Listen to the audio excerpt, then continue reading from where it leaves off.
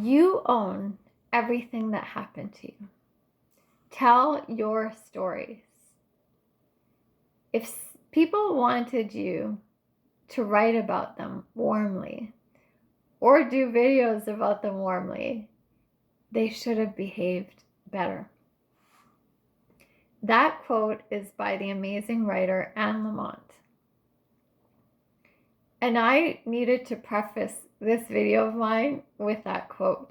I added the little bit about videos because I've been wanting to create this video, but I didn't want to sound like I'm talking negatively about someone. But then I'm like, no, this is actually proving a point that I want to get across and share with all of you. And this happened to me, and they behaved this way, and I should not be apologizing for their behavior. They should have behaved better. So without naming names, I went on a date about a year ago, and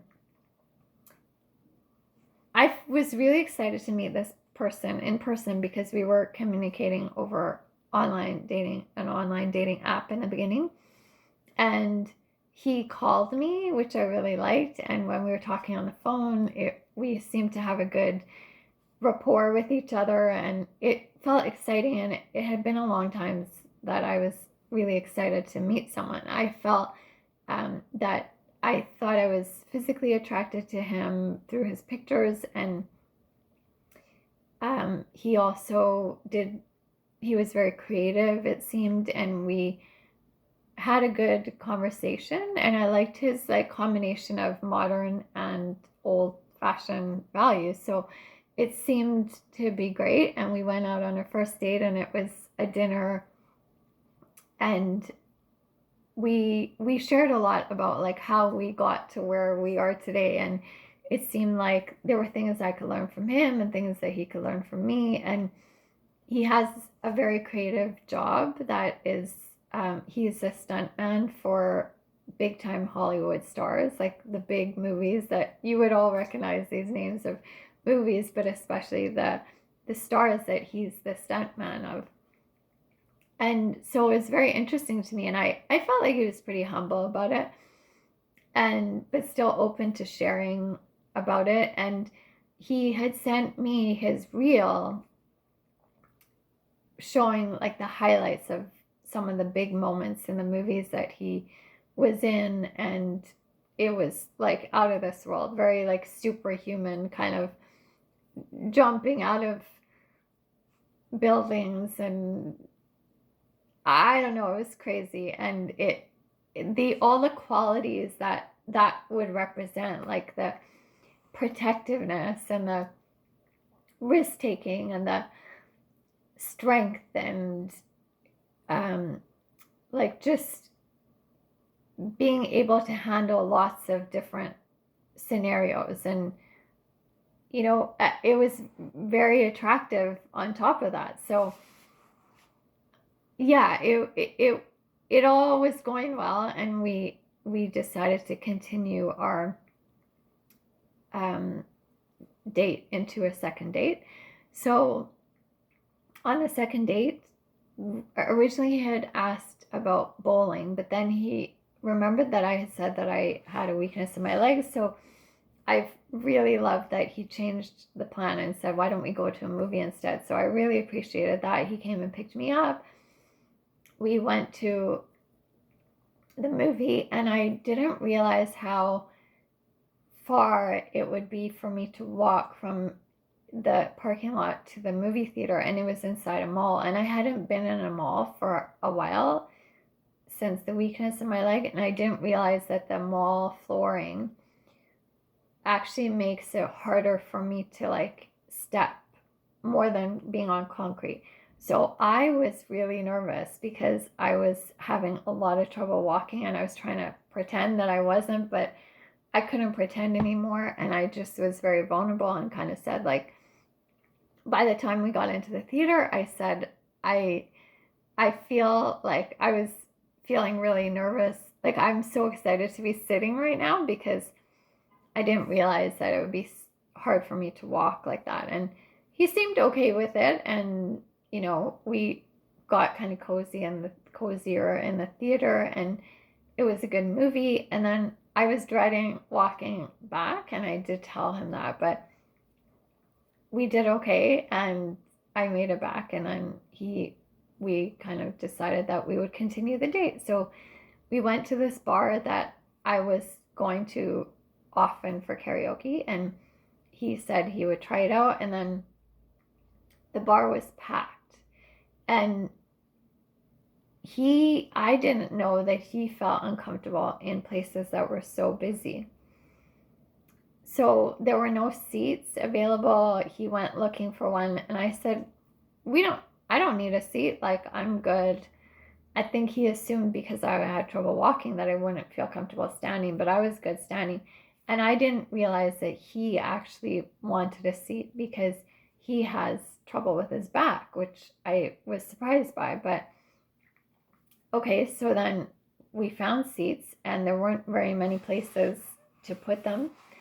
And when I placed the way that I would sit across from him so that we could talk, he said, "You're in my way." And I was like, "What?" And this seems so different from the person I had just spent time with. And I was like, okay. And I think because I was nervous and already feeling insecure about the first half of the date, I just didn't react the way that I really felt. I just kind of wanted everything to go better. So I just let it go and didn't say anything. Then he started acting a little creepy in terms of the way he would lean into me and the things that he would say. It seemed very different to the way he was prior. And I was kind of confused. And so we asked each other a few questions, and then at a certain point, he revealed to me that he was older than he had said on his profile. And I was shocked, not because he didn't tell me the right age, but because he looks half his age. So I wasn't critical of it. I was kind of impressed at first. And he explained that because he gets matched up with people that are a lot older than him, that don't fit his, like, what he's looking for physically or lifestyle wise. Like, those people might have grandkids or whatever, and or they have kids or grandkids, and they're taking care of them now, and it just doesn't fit his lifestyle because his kids are a lot older. I kind of understood why he wouldn't share that, but I appreciated that he was sharing it with me then. And he said, I only share these kind of things when I think that something would potentially come out of this. So I was still feeling hopeful that this was going okay. Maybe I've misunderstood some of these ways that he's been in the bar because he's feeling insecure about being in a big crowd. But then I was like, but I was feeling really insecure about walking, and I put him first. Like, I was still being very considerate of him and making him feel comfortable, whereas now I felt like he was really focusing on himself. And then at a certain point, he had said that he was like, "Look at my skin." I mean, I think because I reacted to his age, he was like, "I've never had any work done on me." And he showed me that his hair is all natural and there's no gray hairs in his hair. And he's a lot older than me. So at that time, maybe it's impressive because even when people would say to me that I look younger than my age, I would take it as a compliment. But now you guys all know, like, I'm on my gray hair journey. Imagine if I was with this guy. He would not have been okay with it. And not just with me having gray hair, but I think he was very scared of aging. And he literally was saying to me that he wants to bottle up his youthful, like, secret, and sell it to help other people stay youthful. which at the time I thought, oh, that's amazing. But now I'm like, no, because I'm not trying to be youthful. I'm not trying to look younger. I'm trying to be the best version of myself at the age that I'm at. So taking everything into consideration, and that we weren't speaking as much as we were prior after that date, I messaged him and said, like, I'm not really feeling like this is the right fit for me. And he seemed quite shocked. And yeah, we didn't really talk that much after. There was a messaging incident where we tried to clarify some things, or I tried to clarify, but it went nowhere. But I realized that looking back, when he sent me his reel of all the highlights of what he had done, I had said to him, or I hadn't said, I thought about it, and because we were being flirty and stuff, and he said, haven't you seen my reel? I think I can handle almost anything. And I remember thinking at that time, just playfully, well, you should see my reel. And I never said that to him. And at the time, I was just thinking I would say it or think it because I was being flirty. But now I think about it, and I was like, I meant something by it. My subconscious knew that in real life, so in his movie life, he looks protective and strong and able to handle anything. But in real life, he couldn't even put his arm around me in the bar and show me that he was being protective and keeping me safe and making me a priority. He all his like 6'3" big build was going to waste because me at 5'2" was more considerate and making him a priority while I was insecure than he was helping me feel safe or protected. Or he could have used it to his advantage to just show me that what I have to look forward to, that he would really be there for me and talk to me and not wanting to just watch the game and tell me to, like, I'm in the way or whatever.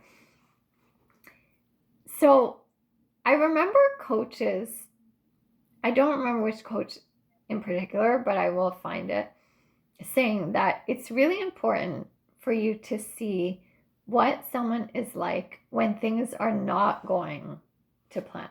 Because this guy, like, had a lot of things going for him, and I'm sure on schedule and on plan, and with his workouts and yoga and acting and everything, like, he was very on schedule and knew what he was doing. But when things don't go to plan, that actually showed me this other part of him that I think was actually more him than he seemed to package together and make it look like what he was like. And I didn't like that. I didn't like that version of him because it did not make me feel good. It did not make me feel like I was with a masculine man, even though he looked very masculine and had the potential of doing all these masculine quality things. And I didn't feel safe or comfortable, and it was disappointing and sad to me. And I remember months before that going to a counselor therapist saying that I was nervous that because of the mobility issues and because I'm not as active as I would think some men my age would want a woman to be or able to be, that I would have to lower my standards in terms of who I connect with. And, the obvious answer is no, you shouldn't, and you wouldn't have to, which she said to me. But the addition to what she said was really, really impactful. She said, actually, in your situation, you should be raising your standards, not raising your standards to what you normally want, but raising your standards because you need a guy who is going to have all those other things because of your situation is even more important. And that really hit me, because in the moments that I was on this date where I felt insecure and unable to be as fast or keep up with this guy or whatever, I was not speaking up the way that I would have wanted to say, hey, that makes me feel really uncomfortable when you said that, or to say what I really felt. Instead, I thought, oh, I'm not able to keep up with this guy, so I shouldn't say anything and like mess this up. And I think it's really important in life for us to see what the real superpowers are. Like, he seemed superhuman and have these superpowers because of his job and what he does and how he, presents himself.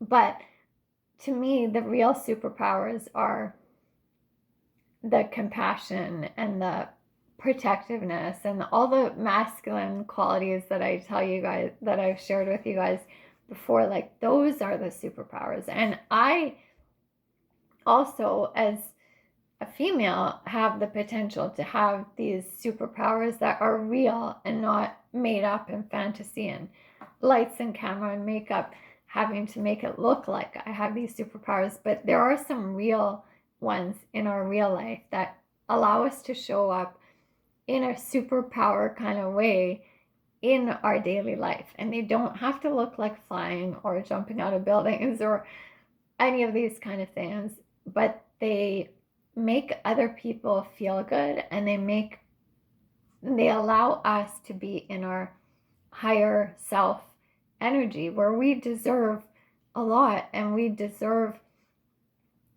to not be judged, or like, if someone else is feeling insecure, to make me then feel insecure, or to not prioritize me because you're feeling insecure. It's not going to work for me. So I just wanted to do this video to remind you guys that you have every right to tell your story. And if someone behaves badly, they should have thought about that before, because you own everything that you've been through. And what you've been through is not the same as who you are. Like, if I have mobility issues, that doesn't make me a lesser person. And if someone else, has some sort of disability or whatever, like, it doesn't mean that they need to lessen their standards. It sometimes means that they should be raising their standards because they need more. And being aware of what you need and what you're not okay with, despite a pretty package that might look appealing, it's really important to find out what someone is really like, and to know what you really like and what you need. And I just wanted to hone in on that in this video. Thank you all for listening, and I will talk to you all soon.